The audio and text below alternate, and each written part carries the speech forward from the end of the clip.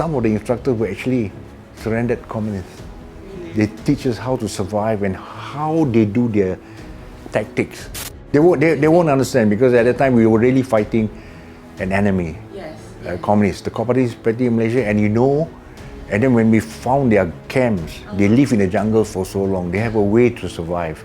They even have like a jungle, a stream, a place to bathe, and they were seasoned fighters, but always it's towards the fringe. That's why dulu ada, the white areas, the black areas, the BRICS plan to detach or to, because they get support from their sympathizers.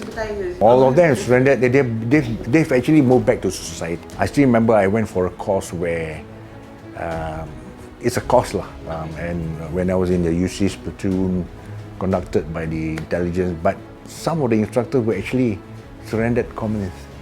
They teach us how to survive and how they do their tactics in the jungle, moving, using to deceive us. It's all about deception. It's all about surviving in the jungle because there's a saying, jungle is neutral.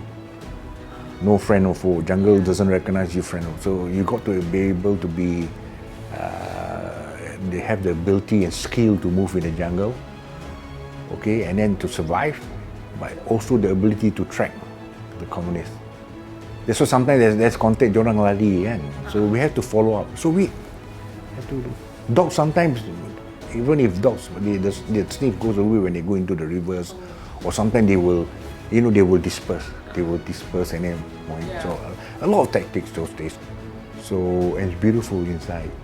But of course, you operate from what you know, and then those sergeants or those people in your platoon who've been there long, they teach me about the other things. They call it petua. Petua in the jungle where you need not do this because there are like elements of the not supernatural but the unseen beings. And there are cases, even when as a CO, people get lost, sections get lost, then they appear back.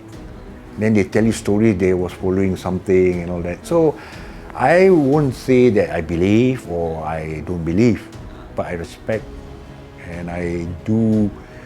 If it is not hurtful to me, if they say this, like what they say, if you want to pass motion, put ini tolong, tepi, cucu ni nak, or whatever, all that. I just say it, right? So it doesn't, I do that because there are other things which my sergeant always said, if you want, that time I was tuan, no, kita jangan pandang belakang, kita keluar always on your left foot and then don't turn back. If somebody calls you or what then, okay.